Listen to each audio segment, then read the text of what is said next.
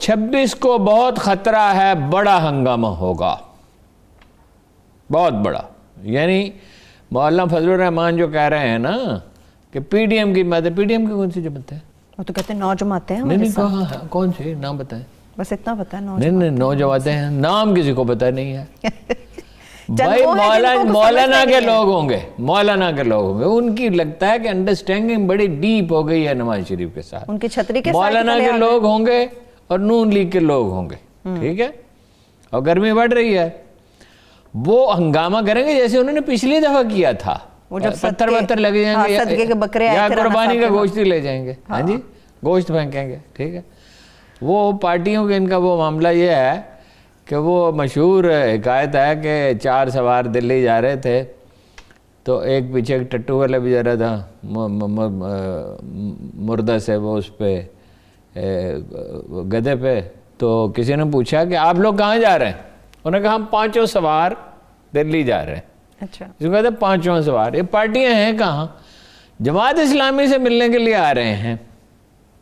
بلاول صاحب انہوں نے یہ لاہور آ رہے ہیں، مگر یہ نہیں کہا کہ مریم سے ملاقات ہوگی. کچھ اعلان ہمیشہ اس کا اعلان کر دیا جاتا تھا، اب کی دفعہ اعلان کیوں نہیں ہوا؟ دونوں پارٹیاں ایک دوسرے خلاف خبریں فیڈ کر رہی ہیں میڈیا کو. مثلا نون لیگ کے لوگوں نے کچھ اخبار نویسوں کو بتایا ہے کہ زرداری صاحب نے فون کیا نواز شریف صاحب سے بات کرنے کے لیے. فون سنا غلام اپنا اسحاق ڈار نے. اچھا. میرے منہ سے نکلتے رہ گئے اسحاق ڈالر. ہاں جی، کہ نام ایسے پڑ گئے ہیں، لینے تو نہیں چاہیے. ویسے اسحاق ڈار صاحب نے فون سنا اور کہا کہ میاں صاحب ناراض ہیں، بات کرنا نہیں چاہتے. پیپلز پارٹی والوں سے پوچھا، وہ کہتے ہیں ایسی کوئی بات ہی نہیں ہے، زرداری صاحب نے فون کیا ہی نہیں، کرنا ہی نہیں چاہتے. جب اتنی خلیج حائل ہو گئی، ایک دوسرے کو نیچا دکھانے کے در پہ ہیں. یعنی خبر کیا ہے اس میں کہ زرداری صاحب کے اسٹیبلشمنٹ کے ساتھ اس وقت بہترین تعلقات ہیں. جو خدمت انہوں نے انجام دی ہے استعفوں سے انکار کر کے، اس کا مطلب تو صاحب ظاہر ہے نا کہ تعلقات بڑے اچھے ہو گئے ہیں، بہترین. اب خان صاحب اس سے فائدہ اٹھاتے ہیں یا نہیں اٹھاتے یہ معلوم نہیں ہے، چونکہ علی جناب کو اپنی طبیعت پہ تو قابو نہیں ہے.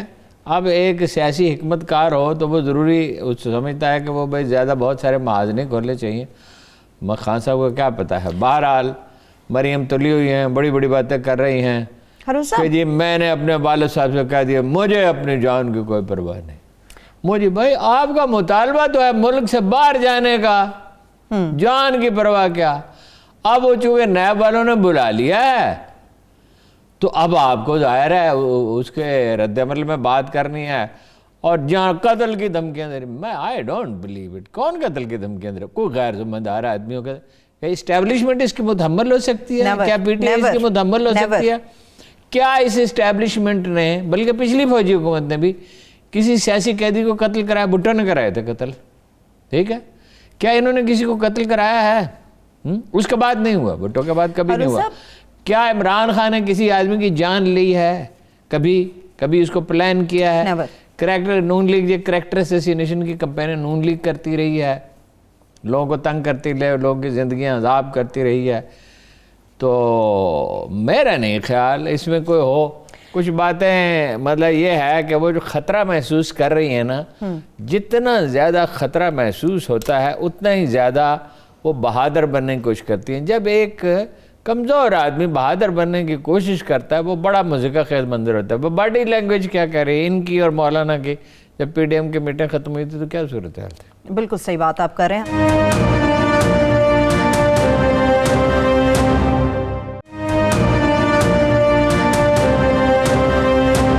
ہارون صاحب، لیکن مریم صاحبہ اور نواز شریف صاحب کی 2 باتیں ہیں جو 26 مارچ تک لنک کرتی ہیں. نواز شریف صاحب نے کہا ہے کہ ہمیں گرفتاری کا خدشہ ہے کہ مریم کو گرفتار کیا جائے گا، جو کہ ہمیں قابل قبول نہیں. اور مریم صاحبہ کہتی ہیں اب حساب لینے کا وقت ہے، قربانی دینے کا نہیں. تو 26 مارچ کو یعنی کہ کو بہت بڑا ڈرامہ ہوگا. ہمیں قابل قبول نہیں کا کیا مطلب ہے؟ میں کہتا ہوں مجھے گرفتاری کا، ہر مجرم کہتا ہے مجھے گرفتاری کا. وہ امریکہ کا ایک ایجیٹیشن تو وہ اپنا کردار تھا، بہت بڑا مجرم، نام اصل میں آپ بھول جاتے ہیں. تو وہ اس نے لکھا ہے، مشہور جو مصنف ہے ان کا، کہ اس نے جو اپنا آخری خط لکھا اس میں لکھا میرے سینے میں بھی ایک دھڑکتا ہوا دل ہے. ہاں جی، بدنام زبان. کبھی مجھے قابل قبول نہیں، اس کا کیا مطلب ہے؟ ہمیں بھائی آپ ضمانت پہ ہیں، آپ کو رحم کی بنیاد پر والد کی تیمارداری کے لیے ضمانت پہ رہا کر دیا گیا، میرٹ پہ نہیں، رحم کی بنیاد پہ ترس کھا کے چھوڑ دیا گیا۔ صحیح۔ جناب علی کرم اللہ وجہ نے کہا تھا اپنے قریب سے کہ تم تو طلقاء میں سے ہو، وہ خط لکھا اس نے بڑا سخت، یعنی مکہ کے دن جو لوگ رحم کا کر چھوڑ دیے گئے تھے، تم میرے ساتھ کس طرح بات کر رہے ہو۔ تو بات دیکھیں 26 مارچ پہ ہے، اس دن کیسا ہنگامہ ہوتا ہے۔ ابھی خان صاحب کے لیے یہ اپرچونٹی ہے کہ ورکنگ ریلیشن شپ سندھ حکومت کے ساتھ قائم کریں، وہ اشارے دے رہے ہیں، وہ یہ کرنا چاہتے ہیں، بار بار ان کے اشارے مل رہے ہیں، ٹھیک ہے۔ لیکن اب خان صاحب کو کیا پتا۔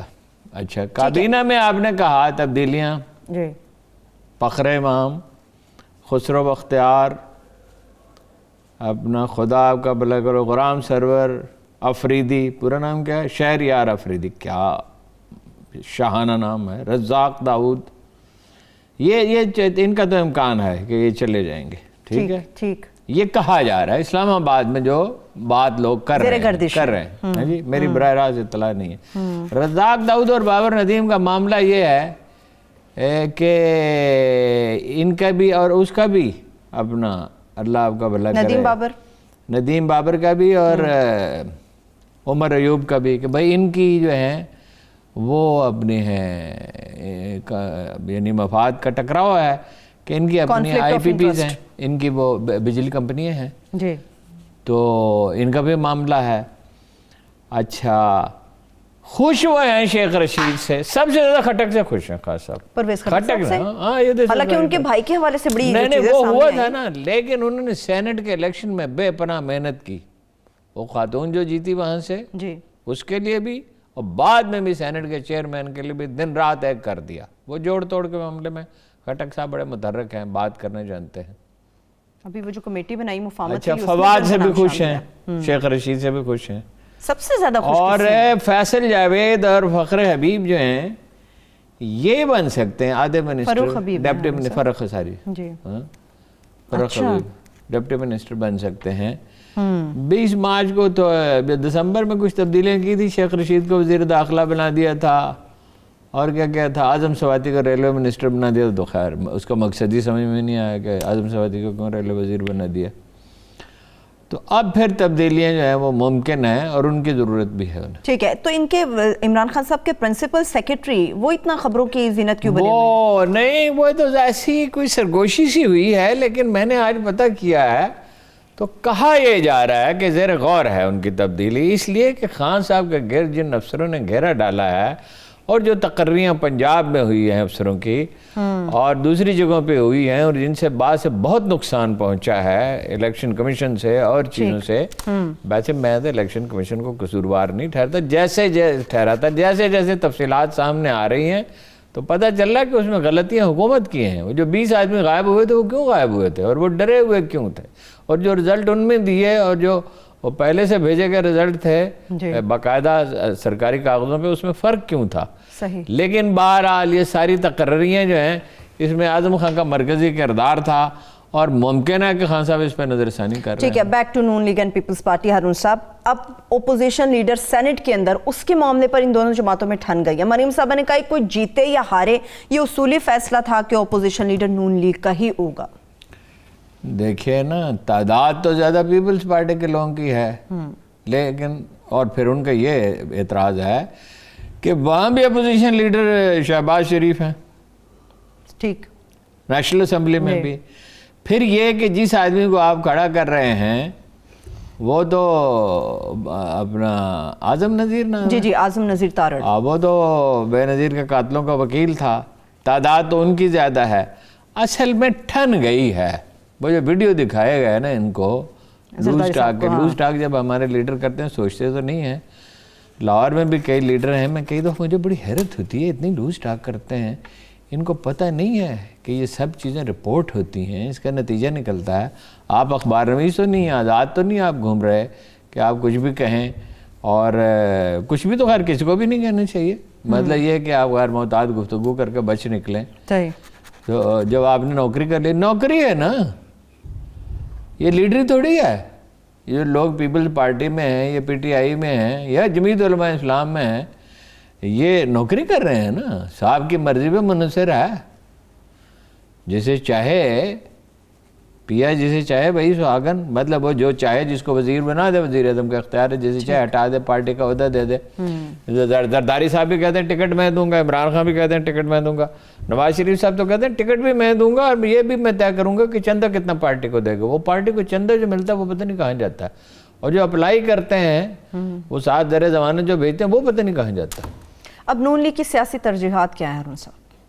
نون لیگ یہ چاہتی ہے ہنگامہ در ہنگامہ ہو مولانا فضل الرحمان، اور جتنی جلدی ممکن ہے الیکشن ہو جائیں، کیونکہ وہ یہ امید کرتے ہیں کہ الیکشن میں کم از کم پنجاب میں وہ سویپ کر جائیں گے۔ حکومت کی کارکردگی تو حکومت کی کوئی نہیں ہے۔ ٹھیک، اچھا، حکومت میں دیکھنا ہیلتھ کارڈ میں کیا کیا ہے، باقی چیزوں میں کیا کیا ہے، اور گندم بھی درآمد کرنی پڑ رہی ہے آپ کو، چینی بھی، حالانکہ گندم کی پیداوار کافی ہے، لیکن یہ کہ آپ کو سمگلنگ آپ روک نہیں سکتے۔ افغانستان کی کیا بے بسی کا عالم ہے، اور وہ سمجھتے ہیں کہ اس وقت ہمیں یہ سازگار ہے کہ الیکشن ہو جائیں۔ اچھا، عمران خان صاحب کو تو ایک سٹیج پہ تو وہ تلے ہوئے تھے کہ اسمبلی توڑنی پڑی توڑ دیں گے، اور استعفیٰ دینا پڑا تو دے دیں گے، اور جو کچھ بھی کرنا پوزیشن میں بیٹھنا پڑا، جب انہیں اعتماد کا ووٹ لینے سے روکا جا رہا تھا۔ لیکن اب انہیں کیا سازگار ہے کہ وہ وقت گزاریں، اور اب یہ پہلے سال تو مشکل ہوتے ہیں، اب آ کے تو کچھ امکان پیدا ہوا ہے۔ دیکھیں نا، 2-3 گاڑیاں ہوتی تھی جاپنیز میڈ، اب کورین کمپنیاں آ گئی ہیں، چینی گاڑیاں آ گئی ہیں، پروڈکشن بڑھ گئی ہے، کنسٹرکشن میں پیسہ لگ رہا ہے، ٹیکسٹائل میں، بڑی انڈسٹری میں 10% گروتھ ریٹ کے قریب ہے، کہاں 0.4% ترقی کی کہا جا رہا تھا شرح، اور کہاں 3% کہا جا رہا ہے، اور اگر حالات بہتر ہوتے ہیں تو اس سے کچھ بڑھ بھی سکتی ہے۔ تو یہ ہیلتھ کارڈ کا اگر وہ اپنا معاملہ حل کر لیں، ٹھیک، اور کچھ جو مہنگائی کو کچھ کنٹرول کر لیں، اس سال ایک بڑا خرابی ہونے والی ہے۔ دالوں کی پیداوار بارشیں نہیں ہوئی ہیں، بہت کم ہوئی ہے، دالیں امپورٹ کرنی پڑیں گی، اور قیمتیں ان کی بھی بڑھیں گی، پھر بڑھیں گی، اور بھی مسئلے ہیں۔ یہ کسان جو ہے وہ ٹریکٹر مارچ کرنے کا ارادہ رکھتے ہیں، اس میں میں بعد میں بات کرتا ہوں۔ ان کی قیمتیں بڑھیں گی، دالوں کے لیے ابھی سے حکومت کو پلاننگ کر لینی چاہیے۔ ساری دالیں، چنے کی، ماش کی، مسور کی، یہ بارانی علاقے میں ہوتی ہے نا، مونگ کی، ساری دالیں متاثر ہوئی ہیں، بر وقت بارشیں نہیں ہیں۔ 12% تقریباً بارانی علاقے میں گندم پیدا ہوتی ہے، اس کی وجہ سے بھی گندم کی پیداوار کچھ کم ہوگی۔ ویسے بیشتر علاقوں میں گندم جو ہے کہ فصل اچھی ہے، لیکن وہی سمگلنگ کا خطرہ تو ہے۔ ٹھیک ہے، چلیے اب یہ جو 2-2.5 سال میں اگر تو کچھ کر دکھاتے ہیں، 2.25 سال میں خان صاحب اگر تو کچھ کر دکھاتے ہیں تو ان کا کوئی مستقبل ہے، ورنہ ووٹر تو کسی کا رشتہ دار تھوڑی ہوتا ہے، کسی کا پابند تو نہیں ہوتا۔ ورکر تو آپ کے ممکن ہے بہت بڑی تعداد میں پھر بھی پرجوش رہیں، اگر سارے نہیں تو کچھ رہیں، ان کے تو مفادات ہوتے ہیں، ان کی ایگو کا بھی مسئلہ ہوتا ہے، شخصیت پرستی بھی ہوتی ہے، لیکن عام آدمی تو ظاہر ہے۔ ٹھیک ہے، چلیے ایک بریک لے لیتے ہیں ہارون صاحب، ایک چھوٹی سی بریک کی طرف چلتے ہیں۔ جب بریک سے واپس آئیں گے تو ڈراپ سے متعلق ہمیشہ ہارون صاحب کہتے ہیں کہ ویکسین جو کووڈ کی ہے اس کی قیمتوں کا تعین ہونا چاہیے، ایک بڑا امپورٹنٹ ڈیولپمنٹ ہوئی ہے، اس کے اوپر بھی ہم بات کریں گے، مگر اس کے ساتھ ساتھ بات کریں گے کہ پاکستان اور بھارت کے انڈس واٹر کمشنرز جو ہیں ان کا اجلاس ہونے جا رہا ہے نئی دہلی میں، اس کے کیا اختلافات ہیں اور کس طرح سے ان کو ریزالو کیا جائے گا۔ اسٹے ود اس۔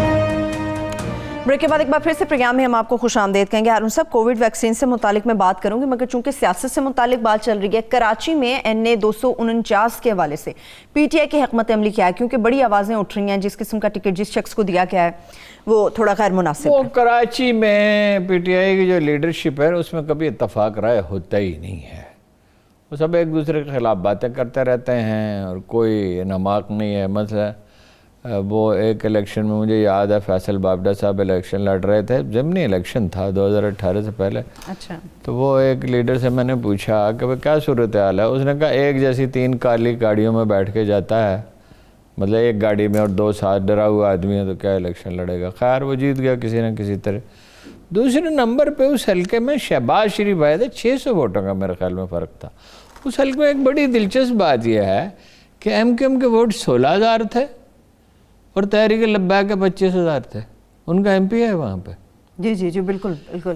اچھا, مفتاح صاحب کے بارے میں یہ ہے کہ کھرب پتی آدمی ہیں, اور بعض لوگ تو یہ کہتے ہیں کہ کروڑوں روپے روز کی آمدن ہے, کاروباری طور پہ تو بہت کامیاب ہیں, اور وہ روپیہ لٹانے کی پوزیشن میں اور اخبار نویسوں پہ بڑے عنایات کرتے ہیں. اب اس میں کتنی صداقت ہے میں نہیں کہہ سکتا کہ کیا وہ روپیہ, وہ مفتاح صاحب جو ہیں ان کے خلاف مقدمات بنے, پریشانی سے انہیں گزرنا پڑا, پیپلز پارٹی سے ویسے اور وہ شناخت چاہتے ہیں اپنی. پیپلز پارٹی بھی اپنا امیدوار کھڑا کرے گی, یہ پی ٹی آئی کی سیٹ ہے, ظاہر ہے وہ بھی پوری کوشش کرے گی.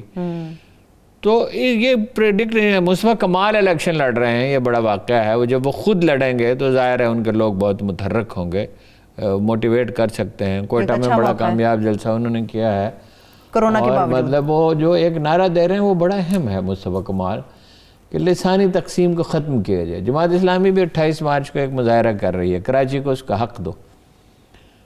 یہ ضمنی الیکشن تو الگ, جو سلوک کراچی کے ساتھ ہو رہا ہے, مطلب کوئی دنیا کا ایسا شہر بھی ہے جو اس کا انڈسٹریل ہب ہو, جو اس کی معاشی طاقت کا انجن ہو, سب سے اہم ہو, آبادی کے لحاظ سے بھی سب سے بڑا ہو, پھر یہ کہ لسانی تنوع بھی ہو, اور مدتوں کے بعد جہاں امن ہوا کوڑا نہ اٹھایا جائے, جہاں سے آدمی سوچتا ہے تو دنگ رہ جاتا ہے کس کماش کے یہ لوگ ہیں, کوڑا نہیں اٹھاتے.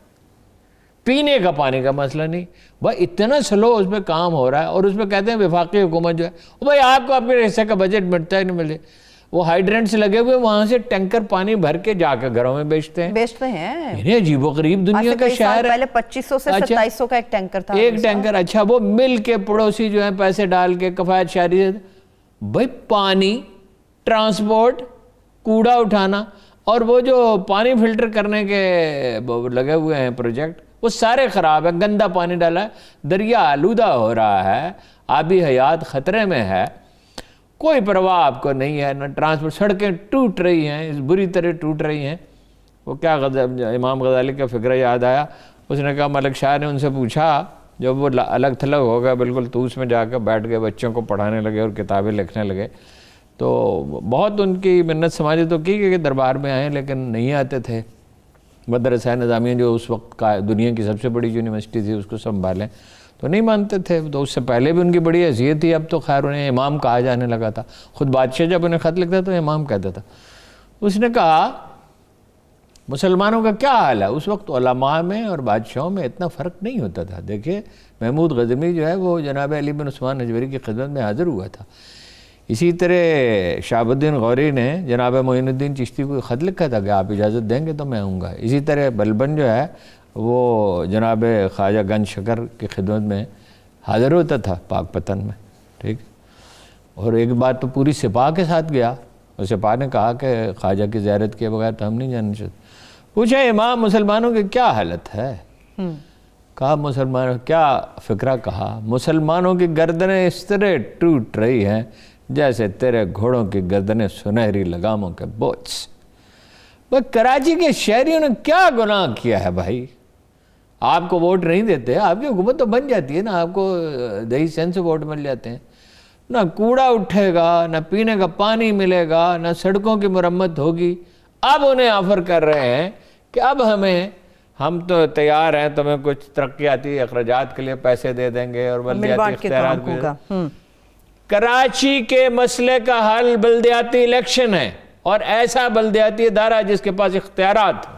کام کب ہوا کراچی میں؟ 1.5 بلین وہ ان کا روپے, 1.5 ارب روپے, کوئی ڈالر نہیں, ترقیاتی بجٹ ہوتا تھا. اسے 37-38 بلین پر لے گئے نعمت اللہ خان. اور ایک دن انہوں نے مجھ سے کہا کہ میں نے یہ وعدہ تو نہیں کیا تھا شہر سے کہ میں یا سبزہ بھی اگاؤں گا. اب آپ دیکھیں کہ ہر طرف سبزے کی بہار ہے, اور میں نے ہر یونین کو. پھر اس کے بعد مصطفیٰ کمال آئے, انہوں نے کام کیا, اور مطلب نعمت اللہ خان نے راستہ ہموار کر دیا. اس کے بعد انہوں نے کام کیا, کراچی کی ٹریفک بہتر ہو گئی, سڑکیں بہتر ہو گئیں, جناب فاصلے کم ہو گئے, صفائی بہتر ہو گئی, ہر چیز ہو گئی. تو کس آپ کیوں نہیں ہو سکتا؟ اب ایسی بے تنائی ہے کراچی کے ساتھ. اصل چیز ہے اس کو بلدیاتی ادارے ملنے چاہیے, ان کو فعال کرنا چاہیے. پورے ملک میں فائنلی یہی ہوگا. شروع میں بلدیاتی اداروں میں بڑی کرپشن ہوتی ہے, گڑبڑ ہوتی ہے, تربیت ہوتی ہے, مانیٹرنگ اچھی ہونی چاہیے. کراچی کا اصل مسئلہ تو یہ بہرحال اس الیکشن کے بارے میں کچھ پریڈکٹ نہیں کیا جا سکتا. جس امیدوار نے وہ سیٹ خالی کی ہے جو خان صاحب کو بڑا عزیز ہے, اس کی اپنی پوزیشن بڑی کمزور ہے اخلاقی. وہ امریکی شہری تھا اس وقت, اس کو چھپایا. چلیے وہ کمزور تھا. ہارون صاحب سیٹ بڑی مضبوط ہے, یہ نیشنل اسمبلی کی یہ سیٹ ہے اور اس کے لیے بازی لگا دے گا. اس کے لیے کوشش تو بڑی ہوگی, ظاہر ہے حکومت بھی, بٹ ڈسکا والا معاملہ نہ ہو جائے. چلے اللہ تعالیٰ خیر کرے, بہتر کرے. ہارون صاحب آگے بڑھتے ہیں. مجھے کرونا ویکسین سے متعلق آپ کی بات. جماعت اسلامی نے اپنا امیدوار کھڑا نہیں کیا, بس میں سمجھتا ہوں دانائی کا مظاہرہ کیا. وہ بلدیاتی الیکشن پہ ان کی نظر ہے جو کچھ بھی مل سکے, اور کراچی کے شہری حقوق پہ تحریک چلے. چلے ڈراپ والوں نے آپ کی سن لی ہارون صاحب, کچھ معاملات ہو گئے, قیمتوں کا تعین ہو گیا, کچھ سمری بھجوا دی انہوں نے. کیا فیصلہ ہو سکتا ہے ہارون صاحب؟ پتہ نہیں میری سنی کس کی سنی, بہرحال ہم تو فریاد کرتے رہے کہ بھائی اس کی قیمت مقرر کریں, اور اس میں بہت تاخیر کر دی. ویکسین لگانے میں بھی تاخیر کی وجہ سے دیکھیں نا, کل لوگ مذاق اڑاتے رہے. حالانکہ بیمار کا کیا مذاق اڑانا ہے. وہ جب نواز شریف کو کہتے تھے کہ وہ گھر سے نکلتا ہے اور چائے پینے کے لیے جاتا ہے, تو آپ کو یاد ہے میں نے کہا تھا کہ بیمار کو اتنا حق بھی نہیں ہے کہ باہر کھلی ہوا میں چلا جائے.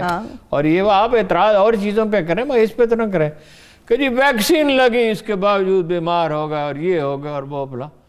ارے بھائی ویکسین سے 14 دن کے بعد امیونٹی ڈیولپ ہوتی ہے, وقت لگتا ہے. بہرحال اچھا کیا, قیمت مقرر کر دی ہے, اور 8,000 بھی ہے, 4,000 بھی ہے. ایک ڈوز جو ہے والی جو ہے اس کی 4,000 ہے. ابھی ایک ترجمان خاتون جو ہیں وہ کہہ رہی تھیں پی ٹی آئی کی, لیکن ڈریپ کے معاملات بہت خراب ہیں. اختر حسین کی برطرفی ہوتے ہوتے رک گئی. کیوں رک گئی ہے کچھ سمجھ میں نہیں آتا. یہ لوگ اتنے طاقتور کیسے ہیں؟ یعنی ان کو ثاقب نثار نے سپورٹ کیا کہا جاتا ہے, ان کو سائرہ افضل نے سپورٹ کیا, یہ عامر کیانی کو کھا گئے, یہ ظفر مرزا کو کھا گئے. یہ کیسا مافیا ہے؟ ان پہ کتنے سنگین الزامات ہیں کہ یہ انہوں نے انڈیا سے دوائیں منگوائیں, ان کے بیرون ملک کارخانے ہیں, یہ ارب پتی ہو گئے ہیں. ان کو کچھ صنعت کاروں کے بھی حمایت حاصل ہے, کچھ تاجروں کے بھی حمایت حاصل ہے. ڈاکٹر فیصل سلطان جو ہیں, بتاؤ ڈاکٹر کے تو بہت اچھے تھے, ہاسپٹل تو بڑا اچھا چلا ہے, یہ ڈریپ کے معاملات کیوں ٹھیک نہیں کرتے؟ اختر حسین کا آپ کو اندازہ ہے کہ اس پہ الزام کیا ہے؟ ڈگری جعلی ہے. وہ خیر وہ تو وثوق سے کہتے ہیں, ان پہ معترض کا اعتراض کرنے والے تو وثوق سے کہتے ہیں کہ جعلی ہے, لیکن بہرحال ہم تو یہی کہیں گے کہ الزام ہے.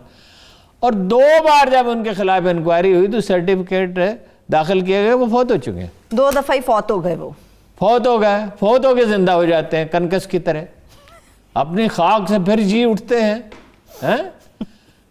کیا وہ اقبال کا شعر ہے, اگرچہ پیر ہے آدم جواں ہے لاتوں میں نات.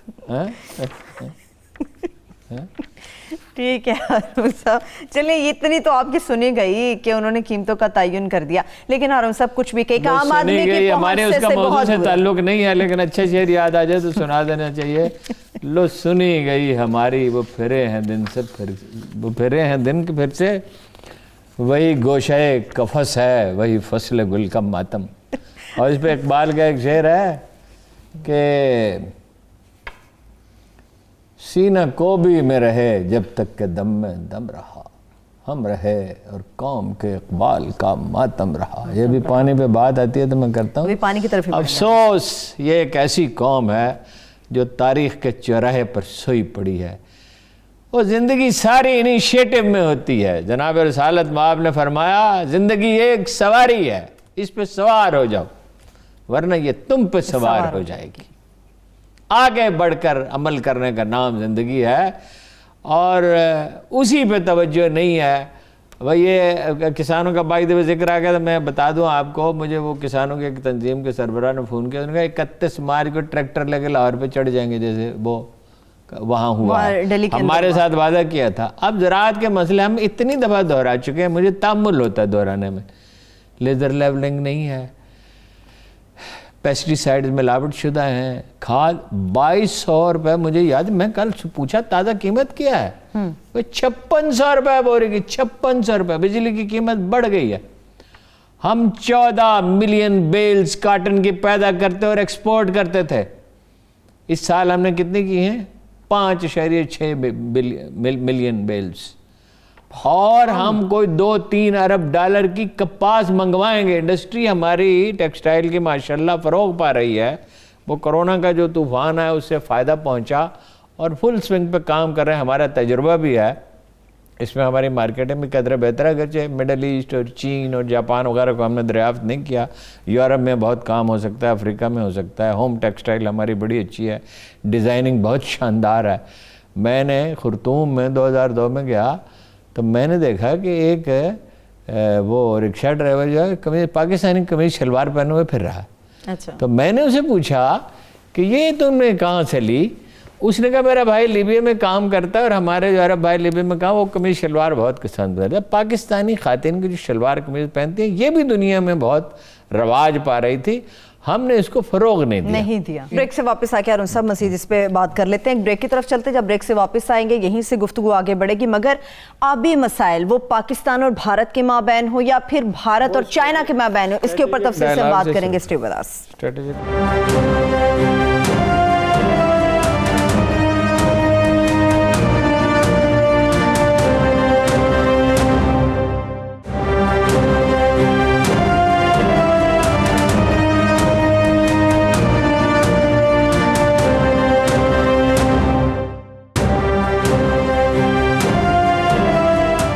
Welcome back. اب ذرا عالمی منظرنامے پہ ہارون صاحب گفتگو کرتے ہیں. آبی مسائل کی میں بات کروں گی، مگر آپ کو یاد ہے کہ سیکیورٹی ڈائیلاگ میں جو باتیں ہوئیں اور پالیسی کے حوالے سے جو بظاہر تبدیلیاں محسوس ہو رہی تھیں، اس کے اثرات کیا سامنے آ رہے ہیں اور کیا کہا جا رہا ہے ان تبدیلیوں کے بارے میں؟ دیکھیے سچی بات ہے، میری تو سمجھ میں نہیں آ رہا کہ کیا ہو رہا ہے. بھائی آپ دنیا کو یہ میسیج دے رہے ہیں کہ یہ سی پیک ہمارا اور چین کا منصوبہ نہیں ہے، دنیا اس میں شریک ہو سکتی ہے، ہم دنیا میں امن چاہتے ہیں. ماسکو میں ہم نے چین اور روس اور امریکہ کے ساتھ مل کر کہا کہ طالبان کو اسلامی امارات کے بجائے اسلامی جمہوریہ افغانستان کو بنانا چاہیے. اور ہم نے ایک طرح کا ان سے ڈسٹنس شو کیا. وہ کنٹرول لائن پہ جو واحد کامیابی یہ ہے کہ کنٹرول لائن پہ فائرنگ نہیں ہو رہی اور پانی کے لیے مذاکرات کے لیے جا رہے ہیں. لیکن مودی سے بات کی جو بائیڈن نے، امریکی وزیر دفاع جنرل آسٹن نام ہے ان کا، وہ گئے ہیں، انہوں نے ملے، وزیر دفاع سے بھی ملے، مودی سے بھی ملے، ملٹری لیڈرشپ سے ملے. انہوں نے چین کا نام تو نہیں لیا مگر چین کے خلاف بات کی اور یہ کہا کہ معلومات کا تبادلہ ہوگا. آپ کو پتہ ہے کہ اس سائبر جو معاملات ہیں، ظاہر ہے چین کی طرف اشارہ تھا کہ اس میں ہم تعاون کریں گے. یہ آپ کو معلوم ہے کہ پہلے ہی دونوں ملکوں میں معاہدہ ہو چکا ہے کہ وہ ایک دوسرے کے ہوائی اڈے استعمال کر سکتے ہیں. انٹیلیجنس شیئرنگ کا معاہدہ ہو چکا ہے. پھر یہ ہے کہ وہ ان کے ایٹمی پروگرام کے لیے امریکہ جو ہے وہ مدد مہیا کرتا ہے، وہی جو بحر الکاہل کا مسئلہ ہے اس میں. تو پاکستان کو ملا کیا ہے، حاصل کیا ہوا؟ قوم کو اعتماد میں لے کے بتایا جائے کہ کیا حاصل ہوا ہے. پاکستان کو ملے گا کیا؟ یہ پانی پہ جو مذاکرات ہو رہے ہیں یہ تو نتیجہ آئے گا تو ہم دیکھیں کہ وہ لداخ میں جگہ جگہ پہ ڈیم بنا رہے ہیں جو اصل میں ایوب خان نے معاہدہ کیا تھا تو وہ بہت کیئرفلی نہیں کیا گیا تھا. 3 مغربی دریا یعنی بیاس، راوی اور ستلج یہ تو ان کے حوالے کر دیے گئے، اور جو مشرقی دریا سندھ، چناب اور جہلم وہ پاکستان کے حصے میں. مگر اس میں کہا گیا کہ اس میں انڈیا کا کچھ حصہ ہوگا. وہ کچھ لوگ تو کہہ رہے ہیں 20%، کچھ لوگ کہہ رہے ہیں اس سے کچھ کم ہے. بھائی اس میں ہمیں ملحوظ رکھنا چاہیے تھا کہ کم از کم وہ یہ دریا جہاں ہمارے سرحدی علاقوں کو چھوتے ہیں ان کے لیے تو کچھ پانی کا ہم مطالبہ کرتے. ایوب خان بعض اوقات بڑی فیاضی کا مظاہرہ کرتے تھے، اگرچہ وہ ان کے زمانے ترقی تو انہی کے زمانے میں ہوئی، بعد میں تو خیر صنعتی ترقی اور زرعی ترقی تو بعد میں تو پھر حال خراب ہی رہا. بس زیادہ سے زیادہ فائر فائٹنگ ہوئی اور کبھی کبھی فوجی حکومتوں کے زمانے میں معاشی ترقی کی رفتار بڑھ گئی.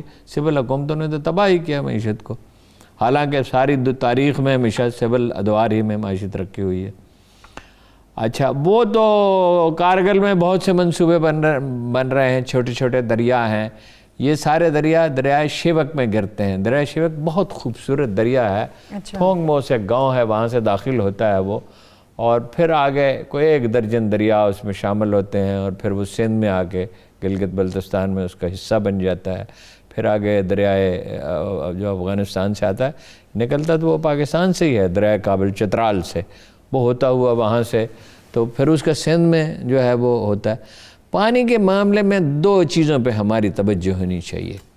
جب نہرو نے اس وقت پلان کیا کہ جہاں جہاں ڈیم ہے، جہاں جہاں پانی ہے، وہ اس طرح پلان کیا جائے، یہ جو کچھ تحصیلیں جو ہیں جنہیں پاکستان کا حصہ بننے نہیں دیا گیا ریڈ کلف ایوارڈ میں، جس کے لیے نہرو نے بہت بے پناہ کوشش کی، تو وہ ان کو انڈیا کو مل جائیں، وہ تو پلان کر رہے تھے نا پاکستان کے خاتمے کو، اور کم از کم یہ اسے کمزور رکھا جائے مستقل طور پہ۔ پہلے دن سے ہم نے نہ اس وقت تیاری کی، ایک وہ بیچارہ بوڑھا آدمی بابا ملت قائد اعظم، وہ دن رات وہ کام کرتے تھے۔ ہم تو ایک رومانٹک قوم ہے، خواب زیادہ دیکھتے ہیں، عمل زیادہ کرتے ہیں، عمل کم کرتے ہیں۔ ہمارا حال یہ ہے، ہم نے کوئی ایکسپرٹ ہی پیدا نہیں کیا، اس وقت بھی نہیں تھے، بعد میں بھی ہم نے کوئی ایکسپرٹ پیدا نہیں کیے۔